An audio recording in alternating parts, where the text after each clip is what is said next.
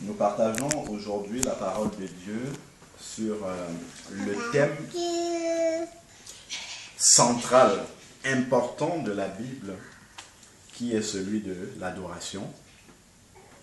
Nous avons été créés pour adorer le Seigneur. Amen. Et la Bible nous dit, dans le livre d'Apocalypse 7, que dans le ciel, il y a des myriades et des myriades qui adorent le Seigneur. Dont le Seigneur, depuis les jours de l'éternité, est déjà adoré dans le ciel par des myriades et des myriades. Lorsque le Seigneur nous permet de venir nous joindre à ces adorateurs-là, nous devons réaliser en fait que c'est une grâce que le Seigneur nous fait, que nous sommes des personnes favorisées de pouvoir adorer le Seigneur. Le Seigneur n'a pas besoin de notre adoration, mais il prend plaisir à notre adoration. Donc nous devons réaliser lorsque nous adorons le Seigneur que c'est un privilège. Et nous savons que lorsque nous avons le privilège de faire quelque chose, cela signifie que nous n'avons pas mérité. Nous n'avons pas mérité ce que nous pouvons faire aujourd'hui. Mais le Seigneur nous a accordé cette grâce-là de pouvoir le faire. L'adoration occupe une place centrale dans l'Évangile. Nous revenons déjà dans le premier et le plus grand de tous les commandements.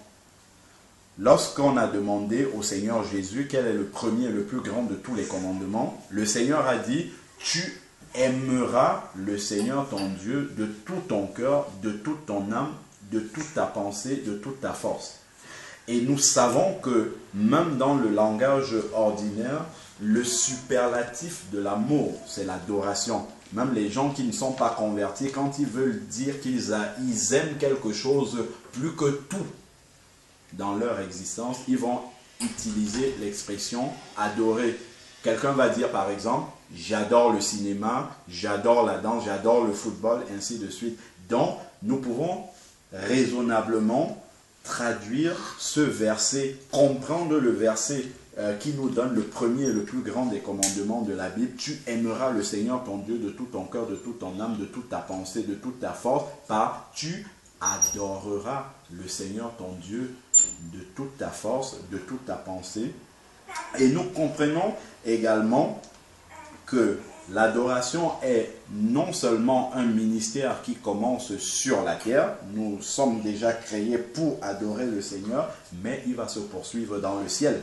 Il n'y a qu'à voir dans le livre d'Apocalypse 4, lorsque une porte s'ouvre dans le ciel et que Jean entend une voix qui lui dit « Monte ici ». C'est l'image de l'enlèvement de l'Église. Et maintenant, à partir d'Apocalypse 5, la Bible nous montre l'Église rendue dans le ciel et nous voyons que les 24 vieillards passent le temps jour et nuit à se prosterner devant le Seigneur, devant le roi des rois, pour dire tu es saint, tu es saint, tu es saint.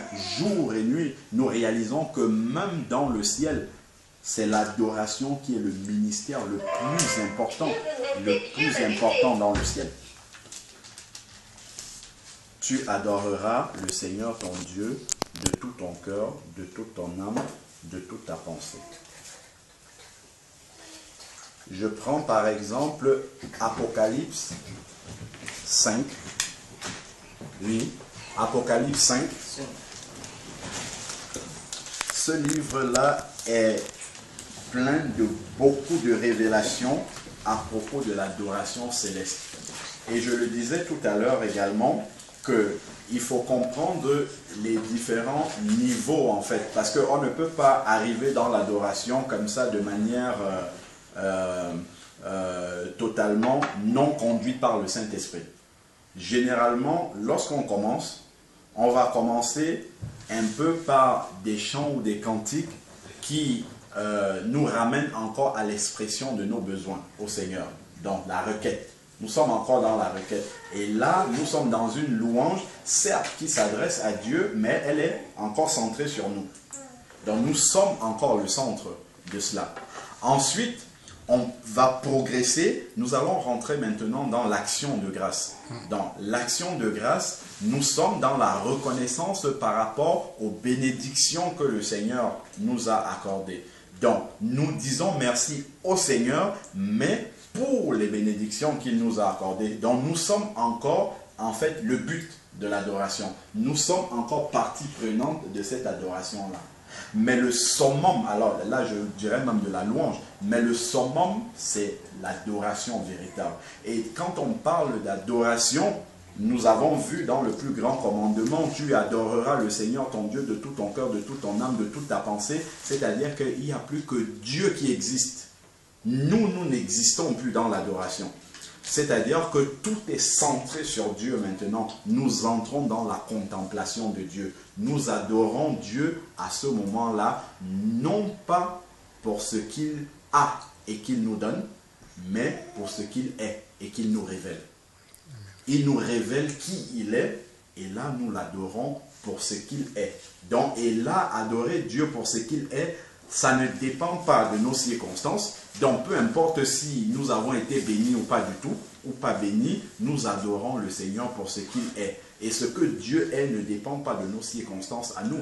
C'est pour ça que lorsqu'on nous dit, lorsque nous devons aller adorer, nous ne devons pas d'abord regarder à nos circonstances. Est-ce que tout va bien dans ma vie? Est-ce que j'ai été béni? Est-ce que Dieu a répondu à mes prières? Ainsi de suite. Non. Lorsque nous allons adorer Dieu, nous adorons Dieu parce que déjà, nous savons que nous ne méritons pas d'adorer Dieu. Je le disais encore tout à l'heure.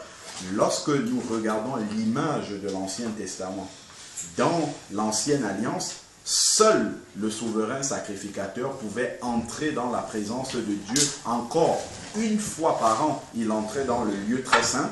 Le peuple, monsieur tout le monde, restait dans le parvis extérieur. Déjà ceux qui allaient dans le lieu saint, qui n'étaient même pas la présence véritable de Dieu, parce que la présence de Dieu se manifestait sur l'arche de l'alliance entre les deux chérubins. Nous savons que la Shekinah de Dieu se manifestait là, et c'était dans le lieu très saint. Donc déjà, pour entrer dans le lieu saint qui était l'antichambre, la pré-chambre, avant d'entrer dans la présence de Dieu, déjà il fallait être sanctifié. Sanctifié, ça veut dire mis à part. Et seuls les Lévites pouvaient entrer dans ce lieu saint-là. Les Lévites, c'était un peuple, c'était une tribu qui était mise à part pour Dieu, pour le service de Dieu. Donc eux déjà, ils étaient sanctifiés. À plus forte raison, nous n'entrons pas seulement dans le lieu saint, mais nous entrons dans le lieu très saint. Amen. Et nous n'entrons pas dans le lieu très saint parce que nous sommes nous-mêmes, mais c'est grâce au sacrifice de Jésus.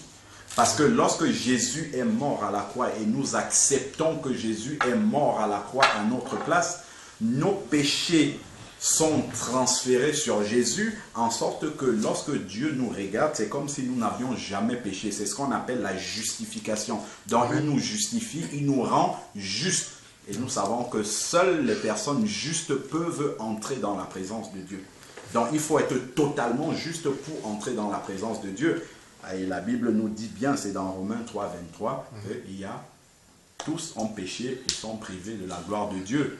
Vers Romains 3, verset 10 nous dit, il n'y a point de juste, pas même un seul. Donc nous savons que nous ne sommes pas justes, nous ne méritons même pas d'adorer le Seigneur. Mais lorsque Jésus a expiré à la croix, le voile du temple s'est détruit, donnant ainsi accès à chaque enfant de Dieu, à la véritable présence de Dieu, au sanctuaire de Dieu. Donc voilà pourquoi aujourd'hui nous pouvons entrer dans la véritable adoration céleste. Alors donc tout à l'heure, je parlais d'Apocalypse 5. Ce chapitre-là nous permet vraiment de voir quelle est la dimension de l'adoration dans le ciel. Et nous savons que lorsque le Seigneur nous sauve, au moment, à l'instant même où nous acceptons Jésus comme Seigneur et Sauveur, Jésus nous justifie, il nous pardonne et il nous justifie à ce moment-là. Normalement, nous pouvons aller au ciel déjà, puisque nous sommes totalement purs. Mais Jésus nous laisse encore sur la terre, parce que non seulement il y a le travail d'évangélisation, ainsi de suite, mais Jésus a deux programmes. Le premier programme, c'est de sauver ceux qui sont là, mais la transformation également, la préparation pour le ciel. Donc on a besoin d'être préparé pour entrer dans le ciel. Nous avons besoin, et l'adoration fait partie de cette préparation-là. Puisque l'adoration, c'est un ministère qui commence sur la terre et qui se poursuit jusque dans l'éternité. Donc nous avons besoin de rester là sur la terre pour nous préparer déjà à ce que nous allons vivre dans la présence éternelle de Dieu. Nous avons besoin de nous préparer pour cela. Amen. Amen. Donc nous allons lire maintenant. Amen. Amen. Donc, avant de lire même dans Apocalypse 5, en attendant que le frère soit prêt, nous pouvons voir également lorsque Jésus, je crois que c'est dans Matthieu 4,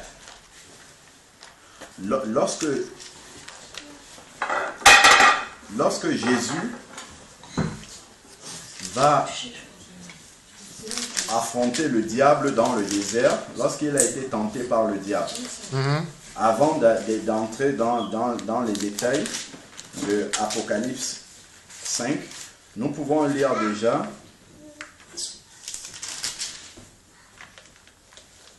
dans Matthieu 4, la tentation de Jésus. Alors, nous allons prendre, voilà, au verset 10. Matthieu 4, verset 10. Matthieu 4, verset 10. Nous pouvons prendre déjà au verset 8 pour comprendre un peu le contexte. Donc c'est Jésus qui est en train de répondre au diable par la parole de Dieu. Nous comprenons, ça c'est juste pour la petite histoire. Le chapitre 4 de Matthieu nous montre le véritable combat spirituel. Comment est-ce que nous devons mener le combat spirituel contre le diable? C'est par la parole de Dieu.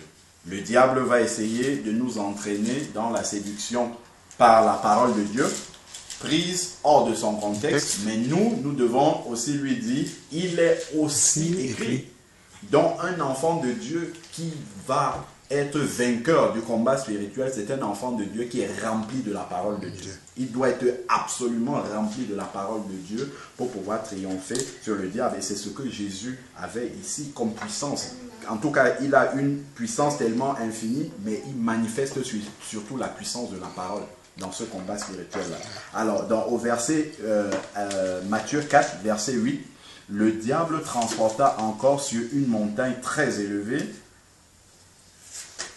Le diable le transporta Jésus encore sur une montagne très élevée, lui montra tous les royaumes du monde et leur gloire. Et lui dit, je te donnerai toutes ces choses si tu te prosternes et tu m'adores. Ça c'est très très intéressant ce passage. Donc, on va faire une petite parenthèse. C'est très très intéressant. Qu'est-ce que le diable réclame à Jésus? L'adoration. L'adoration. Nous savons que dans le monde spirituel dans lequel nous vivons, il n'y a que deux royaumes. Le royaume de Dieu et le royaume de l'autre.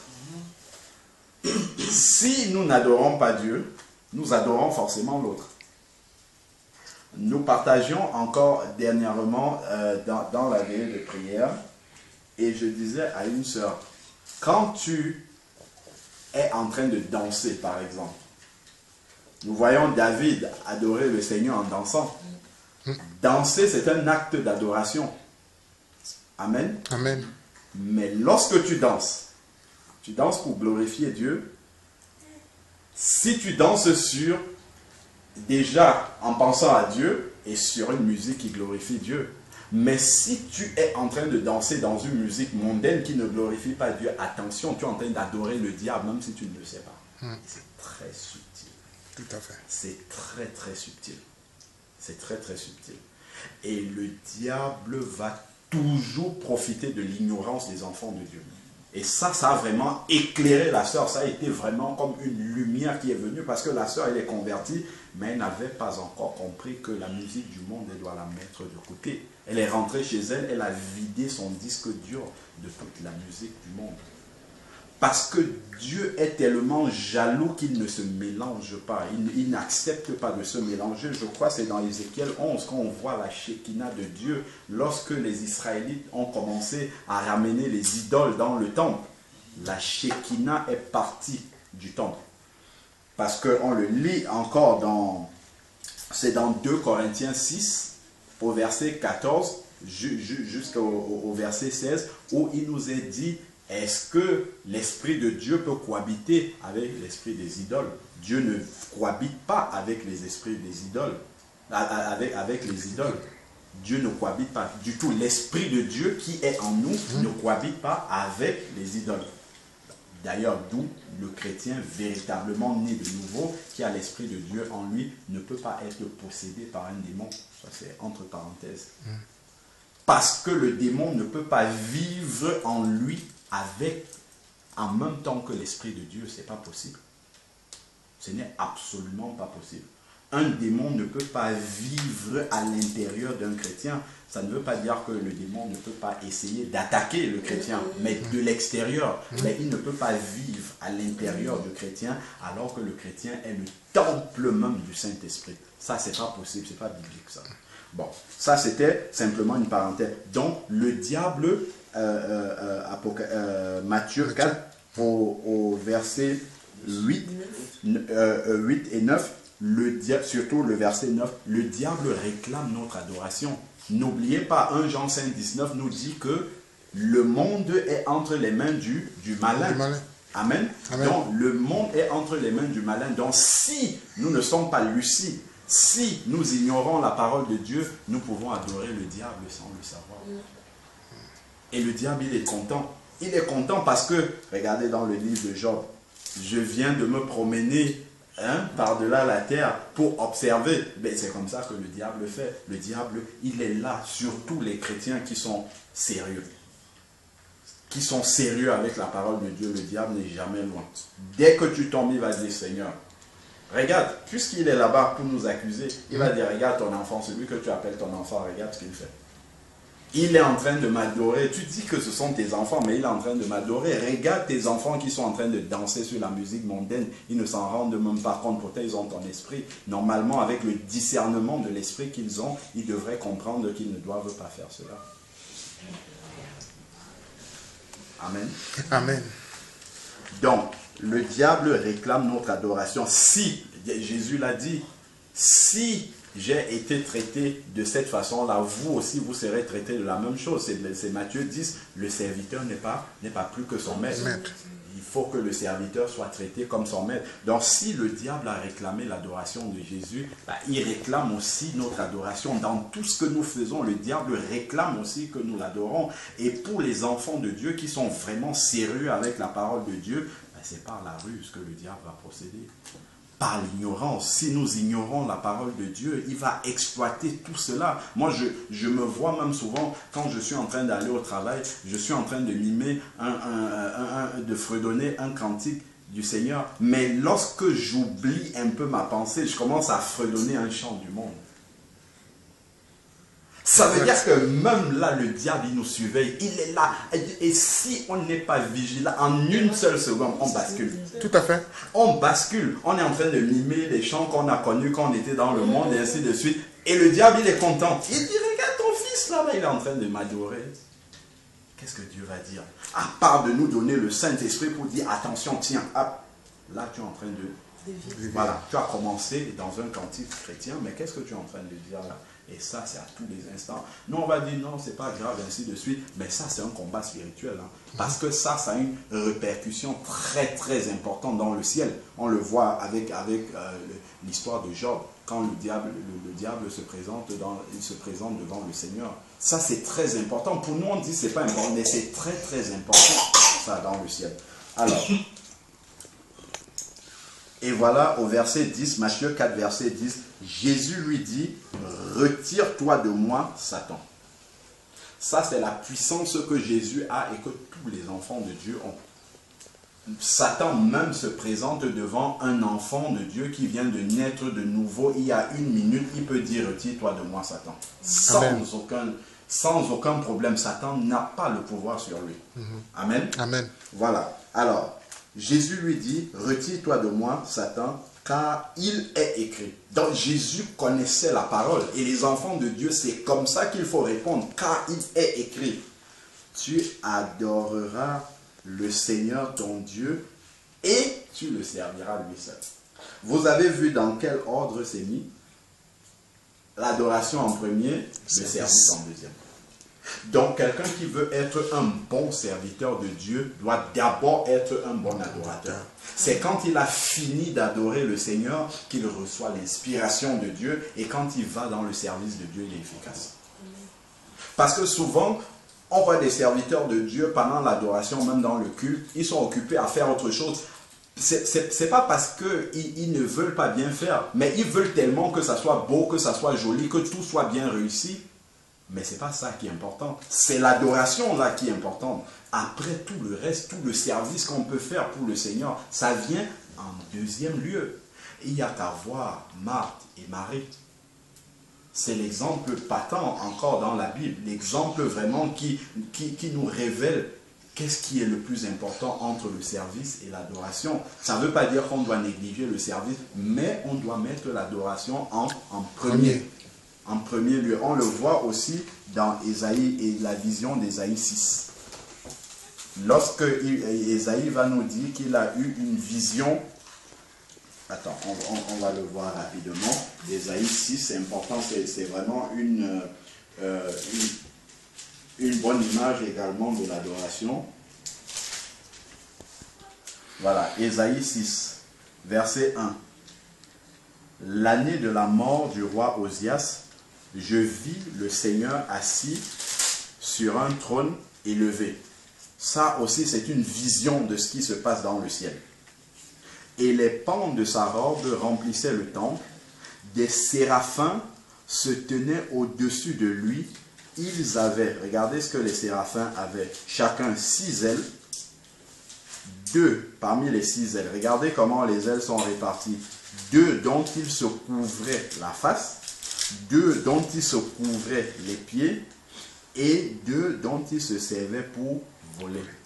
4 ailes pour l'adoration, et 2 ailes pour le service. Voler, c'est le service. 2 ailes seulement, et 4 pour l'adoration. Ça montre vraiment la dimension, l'importance de l'adoration pour le Seigneur. L'adoration, ça passe en premier. Ensuite, si on continue à lire, verset 3. Ils criaient l'un à l'autre et disaient la même chose, la même image qu'on a dans l'Apocalypse. Saint, Saint, Saint est l'Éternel des armées. Toute la terre est pleine de sa gloire. Les portes furent ébranlées dans leur fondement par la voix qui retentissait, et la maison se remplit de fumée. Alors je dis, malheur à moi. Vous voyez? Quand on entre vraiment dans la présence de Dieu, on réalise qui on est vraiment. On réalise qu'on n'est pas saint, on réalise qu'on n'est pas pur. Et ici, on n'a pas affaire à monsieur tout le monde, on a affaire à un prophète. Vous voyez, là on est dans Ésaïe 6, ça veut dire que déjà pendant 5 chapitres, Ésaïe avait déjà prophétisé. Mais là, quand il a une vision céleste de Dieu, il réalise vraiment qu'il est un homme impur. Donc, dans l'adoration, on peut réaliser aussi qu'on n'est pas saint. D'ailleurs, on réalise qu'on n'est pas saint et qu'on n'est rien du tout dans la présence de Dieu. Alors, Amen. Verset 5. Alors je dis, malheur à moi, je suis perdu car je suis un homme dont les lèvres sont impures et j'habite au milieu d'un peuple dont les lèvres sont impures. Et mes yeux ont vu l'Éternel des armées. Dans l'adoration de Dieu, on réalise sa véritable condition spirituelle. On réalise qui on est véritablement. Dans cette adoration-là où on a oublié déjà qui on est et qu'on est dans la contemplation de Dieu, quand on réalise la sainteté de Dieu à ce moment-là, on réalise que nous, on est très très très loin d'être saints. Et que c'est simplement une grâce que nous avons d'adorer Dieu. Verset 6, Ésaïe 6, 6. Mais l'un des séraphins vola vers moi et tenant à la main une pierre ardente qu'il avait prise sur l'autel avec des pincettes. Verset 7. Il en toucha ma bouche et dit, ceci a touché tes lèvres, ton iniquité est enlevée et ton péché est expié. J'entendis la voix du Seigneur disant, qui enverrai-je et qui marchera pour nous? Je répondis, me voici, envoie-moi. D'où la nécessité d'être sanctifié. Vous avez vu, il a fallu qu'il soit d'abord sanctifié par l'ange pour entendre la voix du Seigneur. Souvent, les gens disent, j'ai une vision du Seigneur. J'ai entendu, le Seigneur m'a dit que, mais quand tu vois, sa vie n'est pas sanctifiée. Ça vient d'où ça? C'est contraire à la parole de Dieu. C'est pour ça quand quelqu'un dit, j'ai entendu, Dieu m'a parlé, il faut toujours tester. Et le test, c'est la parole. C'est pas autre chose. Il ne faut pas simplement être émerveillé comme ça quand quelqu'un dit, oh Dieu m'a parlé, Dieu a fait ci, Dieu, j'ai une vision. Non. Est-ce que la vision, est-ce que ce que tu as reçu, est-ce que ça vérifie, ça passe le test de la parole de Dieu? Le Seigneur va nous dire, c'est dans Matthieu 7, que l'arbre se reconnaît par... Amen. Vous voyez quelqu'un qui n'a pas une vie sanctifiée, qui vous dit que Dieu lui parle tous les jours. De quel Dieu s'agit-il? Le Dieu de sainteté ou bien notre Dieu? Vous voyez bien que on a vu là dans Ésaïe 6, si on va lire dans Apocalypse 4, c'est la même chose. Saint, Saint, Saint est le Seigneur. Donc c'est le Dieu trois fois saint. Mais on ne dit pas amour, amour, amour dans le ciel. Saint, Saint, Saint, c'est la sainteté de Dieu. Amen. Dieu est cet amour, mais il est saint aussi. Amen. Dieu, il est très saint. Amen. Il est amour, mais il est saint. Donc même s'il pardonne le péché, il juge également. Donc, et ça, on a besoin d'être sanctifié pour entrer vraiment dans la véritable adoration. Ce n'est pas parce que Dieu est amour qu'il va accepter n'importe quelle adoration. On a parlé tout à l'heure de Nadab et Abihu qui ont amené le feu étranger dans la présence de Dieu. Ça, c'est l'image d'une fausse adoration. Parce qu'on peut aussi venir dans une fausse adoration. Souvenons-nous que Jésus dit aux pharisiens, ce peuple m'honore des lèvres, mais son cœur est loin de moi. Dans le texte grec, c'est ce peuple m'adore des lèvres, mais son cœur est loin de moi. Donc c'est le cœur que Dieu veut. Ce n'est pas forcément l'expression que l'on peut voir. Parce que quand on voit souvent dans les milieux chrétiens, il y a beaucoup de personnes qui ont une grande expression. C'est bien, mais ce n'est pas ça qui est le plus important. Est-ce que le cœur est vraiment là? À l'adoration en esprit et en vérité, surtout. La sincérité dans l'adoration. L'adoration peut être une abomination devant Dieu si ce n'est pas une vraie adoration. On a vu le cas de Nadab et Abihu où Dieu a frappé immédiatement. Il n'a pas averti, il a frappé tout de suite.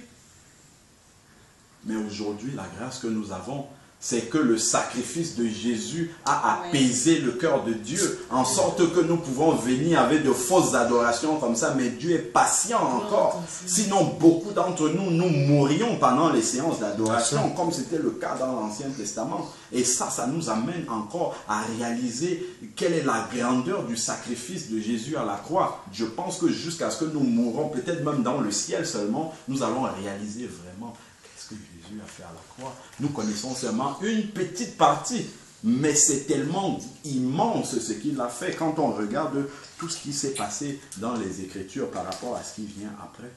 C'est vraiment la grâce de Dieu. Amen. C'est la grâce de Dieu. On finit par Apocalypse 5 et après on va adorer le Seigneur. Amen. Amen. Apocalypse 5, parce que c'était ça le texte de base, donc on va le lire quand même. Puis je vis dans la main droite de celui qui était assis sur le trône un livre écrit en dedans et en dehors, scellé de 7 sceaux, et je vis un ange puissant qui criait d'une voix forte, qui est digne d'ouvrir le livre et d'en rompre les sceaux? Et personne dans le ciel, ni sur la terre, ni sous la terre, ne put ouvrir le livre, ni le regarder. Et je pleurais beaucoup de ce que personne ne fut trouvé digne d'ouvrir le livre, ni de le regarder. Et l'un des vieillards me dit, ne pleure point. Voici le lion de la tribu de Juda. Amen. Amen. Le rejeton de David a vaincu pour ouvrir les 7 sceaux. Un seul est digne d'être adoré dans le ciel, c'est le lion de la tribu de Juda. Seul Jésus. Il n'y a pas de mention de Marie là qui est adorée dans le ciel. C'est une fausse adoration d'adorer Marie. C'est voilà la vérité qui est donnée dans ce verset-là. Lorsque on lit ce qui se passe dans le ciel, nulle part on ne voit Marie assise quelque part là qui reçoit aussi une adoration. Jamais Dieu ne donnera jamais sa gloire aux hommes, ni son honneur aux idoles. Jamais, jamais, ça n'arrivera. Jamais. On voit qui est digne d'être adoré dans le ciel, c'est le lion de la tribu de Juda.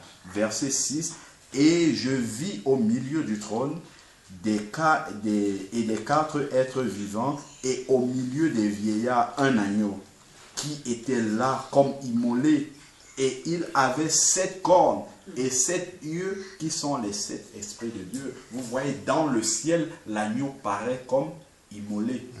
Donc même dans le ciel, le souvenir du sacrifice de la croix est toujours présent. C'est-à-dire que même là-bas, les enfants de Dieu ne doivent pas oublier que s'ils sont là, c'est grâce au sacrifice à la croix. Voilà pourquoi Jésus garde les marques de la croix sur lui jusqu'à ce qu'il paraisse dans les lieux des cieux.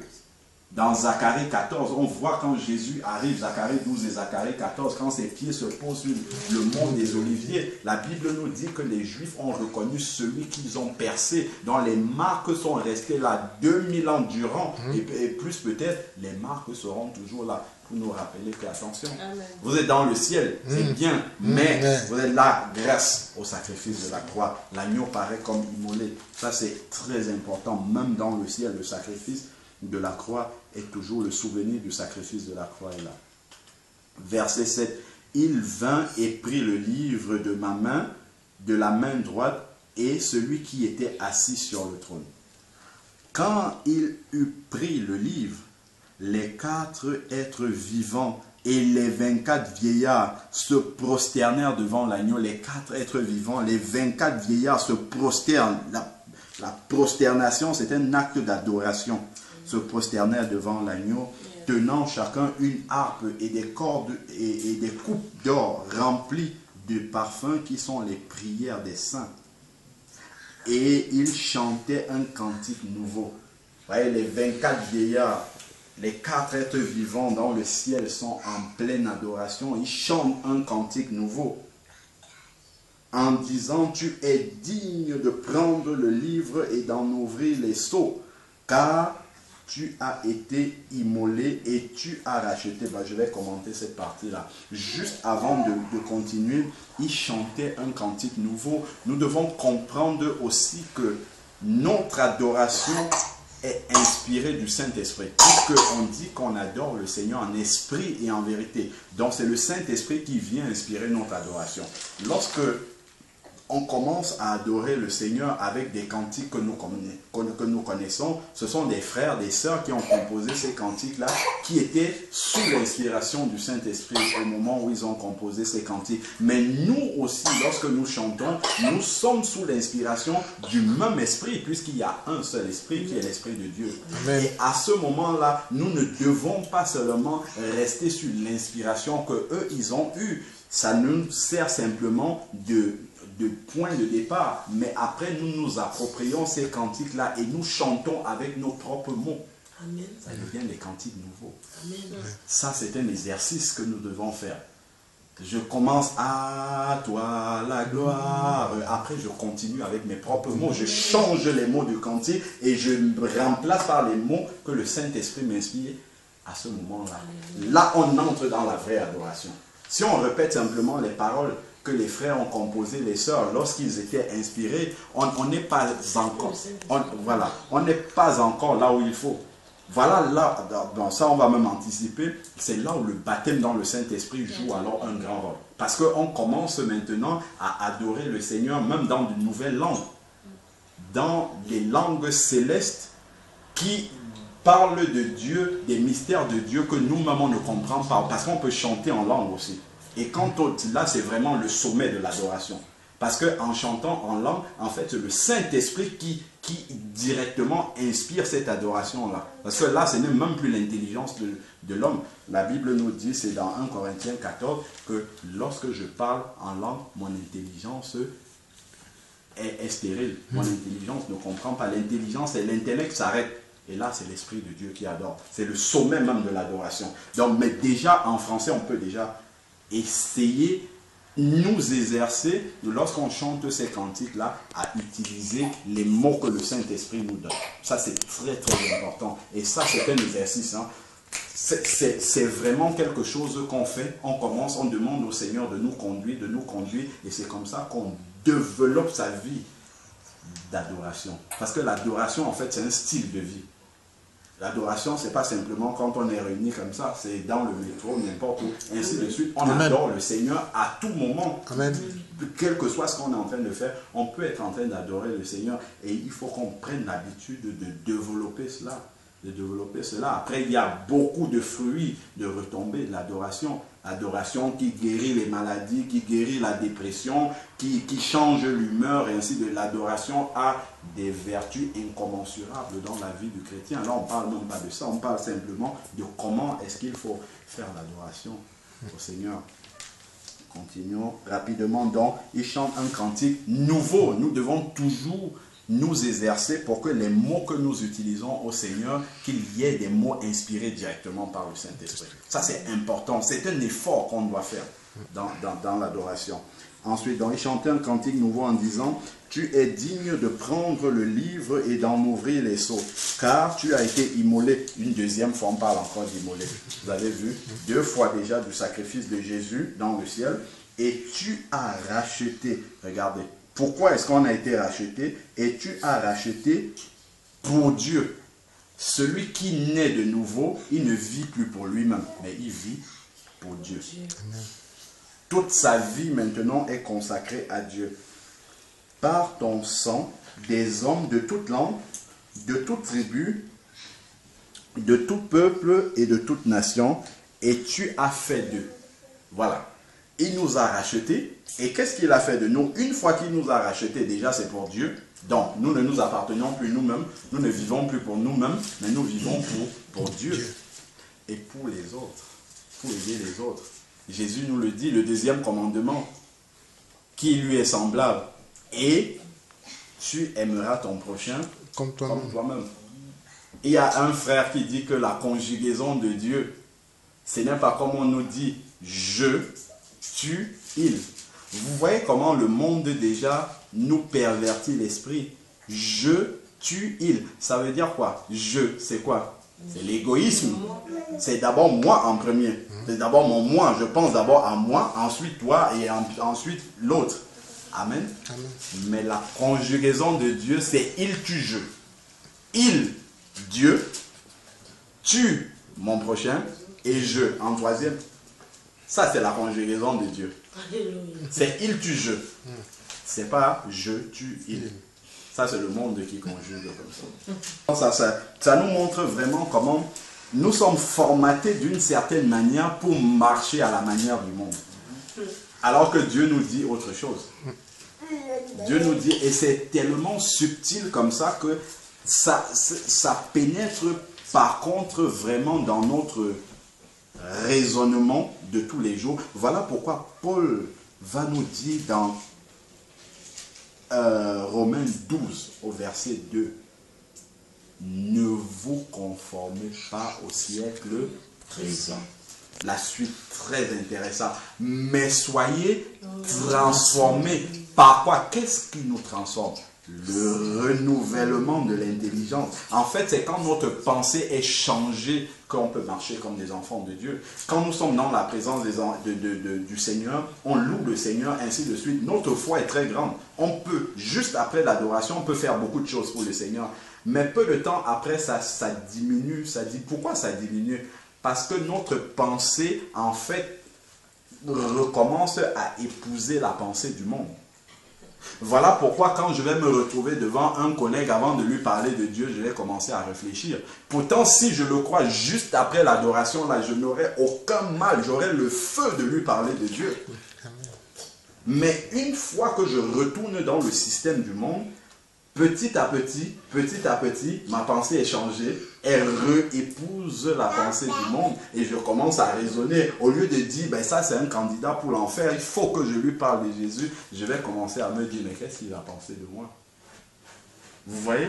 C'est-à-dire que notre état d'esprit est différent selon qu'on est dans la présence de Dieu et que notre pensée est changée, que lorsqu'on a un peu quitté la présence de Dieu et qu'on est retourné dans le monde. Et qu'est-ce qui va maintenir en permanence notre pensée renouvelée par les pensées de Christ? L'adoration. L'adoration, quand on est perpétuellement dans l'adoration, on dit les mystères de Dieu. Et quand on dit les mystères de Dieu, ça nous remplit. L'adoration, c'est une source de renouvellement. Ça nous remplit en sorte que lorsqu'on rencontre quelqu'un, ou peu importe ce que le Seigneur veut que nous fassions, nous le faisons avec zèle. Parce qu'on est chargé. Dans l'adoration, on charge nos batteries spirituelles. On est renouvelé. La foi vient, Romains 10, 17, la foi vient de ce qu'on entend, et ce qu'on entend vient de la parole de Dieu. Et quand j'adore, j'adore avec la parole de Dieu. Un bon adorateur, c'est quelqu'un qui est rempli de la parole de Dieu. C'est quelqu'un qui est rempli, vous voyez dans le livre des psaumes, les psaumes, pour beaucoup, étaient chantés dans le temple. En fait, on chantait les psaumes, dont la parole de Dieu peut être chantée. Amen. Amen. Donc, lorsque je suis en train d'adorer le Seigneur, je peux adorer avec des versets bibliques aussi. Je parlais des mots nouveaux qu'on peut dire en changeant les cantiques. Ces mots-là peuvent être des versets que le Seigneur m'inspire à ce moment-là, qui sont vrais pour moi là dans l'heure. Donc là, ça peut nous donner une nouvelle manière de lire la parole de Dieu. On peut la lire pour la chanter après aussi. Et c'est une manière de la garder en nous pour qu'elle produise la foi. Donc l'adoration peut être un moteur de la foi également. Ce n'est même pas peu. L'adoration est un moteur de la foi également. De cette façon-là. Donc on voit qu'on peut partir vraiment très très loin avec l'adoration. Ça ne se limite pas simplement à la louange qu'on fait simplement comme ça par obéissance. Mais c'est un véritable moteur dans la vie du chrétien. Quand on sait vraiment quel est le rôle, quelle est la place qu'occupe l'adoration dans la vie du chrétien. C'est vraiment central dans la vie du chrétien. C'est pourquoi c'est un véritable combat spirituel. Pour que nous passions du temps dans l'adoration, le diable n'aime pas quand l'enfant de Dieu passe le temps dans l'adoration. Même déjà à titre personnel, le diable va toujours nous occuper pour que nous ayons juste 5 minutes pour prier vite fait. Mais passer du temps comme ça à adorer le Seigneur, le diable n'aime pas ça. Il ne veut pas ça parce qu'il sait qu'après, nous serons tellement chargés qu'on va être un danger pour lui. Mais nous devons faire comme la Bible nous dit, depuis le temps de Jean-Baptiste, seules les violences s'emparent du royaume de Dieu. Je vais adorer le Seigneur, je vais créer du temps pour adorer le Seigneur. Moi, j'essaye de le faire, c'est difficile avec le programme de la journée, mais même déjà en marchant à pied de la maison jusqu'à la gare de train, je passe de vrais moments dans l'adoration en marchant à pied. Exploitons tous les moments que le Seigneur nous permet d'être tout seul. Parce que si on veut seulement avoir un moment comme ça bien organisé, ben le diable va dire, soit c'est l'enfant qui est malade, soit c'est on doit aller prendre quelque chose, soit c'est les tâches ménagères, l'enfant pleure là-bas et ainsi de suite. On est tellement, il est très fort pour nous occuper comme ça, pourvu que nous n'adorions pas Dieu. On peut tout faire pourvu que nous n'adorions pas Dieu. Parce qu'il sait que, en fait, quand on n'adore pas le Seigneur, on commence, en fait, notre communion avec Dieu diminue. Et si nous ne sommes pas en communion avec Dieu, il sait que facilement, il va nous endormir comme ça. Parce que le diable, il a un plan spécifique pour chaque enfant de Dieu en fonction de sa communion personnelle avec Dieu. La manière dont il va attaquer un chrétien du dimanche, ce n'est pas la même chose qu'il va utiliser comme plan pour attaquer un enfant de Dieu qui est vraiment réveillé, qui marche avec le Saint, qui marche par l'Esprit tous les jours. Il va essayer toujours d'être plus rusé envers un enfant de Dieu qui, lui, marche vraiment dans l'obéissance et fait attention à sa marche. Il va utiliser des moyens humainement raisonnables pour que tu n'adores pas Dieu. Aller accompagner l'enfant à l'école, faire les courses de la maison, laver, aider, faire tous ces services-là, c'est important et c'est même obligatoire. Mais il va t'en mettre successivement pour que tu n'aies pas le temps pour adorer Dieu. Amen. Avec de bonnes raisons. Ce ne sont pas de mauvaises raisons. Il faut le faire. Mais il va organiser ton emploi du temps pour qu'il n'y ait pas de l'espace. Il faut aller travailler. Tout ça, c'est important. Mais il va tout faire comme ça en cumulant tout pour que tu n'aies pas le temps pour entretenir cette communion personnelle avec Dieu. Donc nous devons être encore plus rusés que le diable parce que nous avons l'Esprit de Dieu. Amen. Nous devons être plus rusés que le diable en exploitant toutes les secondes que nous avons où nous sommes libres. Il faut adorer Dieu, il ne faut pas perdre de temps.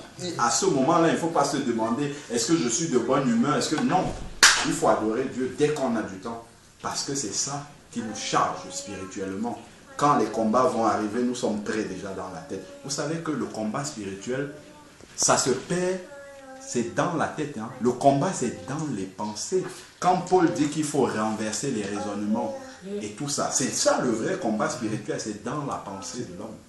C'est pour ça que le diable attaque surtout notre pensée. Il sait que quand il nous a gagné dans la pensée, c'est bon. C'est fini. Or, nous savons qu'il ne lit pas dans la pensée de l'homme. Tout ce qu'il fait, il injecte de mauvaises pensées et en fonction de la manière dont tu réagis, il sait dans quel état spirituel tu es. Et il sait s'il doit actionner ou s'il faut qu'il aille encore réviser son plan et qu'il revienne avec un plan B pour toi. Si tu réagis d'une manière spirituelle, quand le diable t'injecte une pensée, il sait que celui-là, il est réveillé, il est sur ses 2 pieds. Il faut qu'il aille préparer un autre plan, puisqu'il se déguise en ange de lumière. Donc, il va revenir d'une manière beaucoup plus subtile. Et il faut faire attention, tout ce qui est sentiment, tout ce qui est relation de famille, d'amitié, tout ça, c'est tout ça que le diable exploite pour nous amener sur un chemin parallèle. C'est très très subtil de s'éloigner du chemin de Dieu. Hein. Très très subtil. Parce que le diable, il sait que s'il vient avec des choses grossières à l'enfant de Dieu qui est réveillé, il va dire bah, ça c'est bon, ça c'est péché, ainsi de suite. Mais il va venir avec des choses beaucoup plus subtiles pour nous éloigner petit à petit, petit à petit, petit à petit. Et on sort du chemin sans s'en rendre compte, d'une manière très subtile.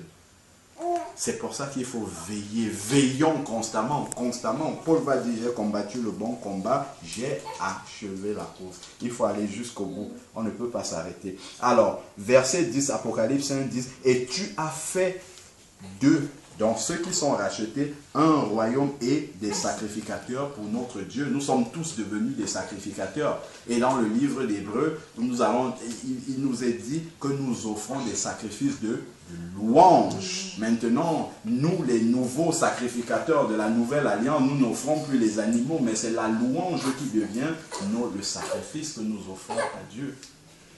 Et nous savons que le souverain sacrificateur ou les sacrificateurs n'offraient pas un sacrifice par-ci, par-là de temps en temps. C'était leur travail perpétuellement. Donc l'adoration, c'est quelque chose de perpétuel.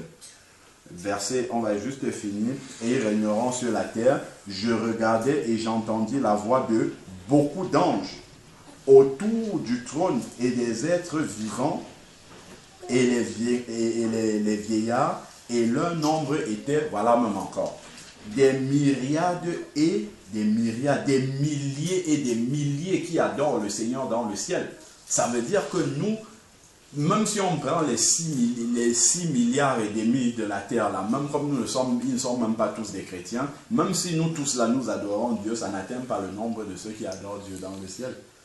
Donc imaginons-nous, moi je suis qui pour être accepté, pour adorer aussi parmi eux. C'est là qu'on réalise vraiment toute la grâce qu'on a de pouvoir adorer le Seigneur. C'est un privilège. Quand on nous accorde un privilège, on doit en profiter. On doit vraiment en profiter. Qu'est-ce qui nous fait ne pas en profiter, vraiment réaliser que c'est une grâce? C'est le diable, c'est tout. C'est parce que le monde est entre les mains du malin. La parole de Dieu ne nous ment pas. Quand elle nous le dit, c'est une réalité, mais c'est spirituel. Et on ne le réalise pas souvent. C'est spirituel. C'est pour ça qu'on a une grâce incommensurable comme celle-là, mais le monde nous occupe tellement qu'on ne réalise pas cette grâce-là. On ne réalise pas que c'est un privilège. Autrement, on serait tout le temps dans l'adoration. Tout le temps. Tout le temps. Alors, on va juste finir la lecture, verset 12. Il disait d'une voix forte, l'agneau a été immolé et est digne de recevoir la puissance, la richesse, la sagesse, la force, l'honneur, la gloire et la louange. et les créatures qui sont dans le ciel, sur la terre, sous la terre, sur la mer, et tout ce qui s'y trouve, je les entendais qui disaient à celui qui est assis sur le trône et à l'agneau soit la louange, l'honneur, la gloire, la force au siècle des siècles. Et les 4 êtres vivants disaient Amen, et les vieillards se prosternèrent et adorèrent.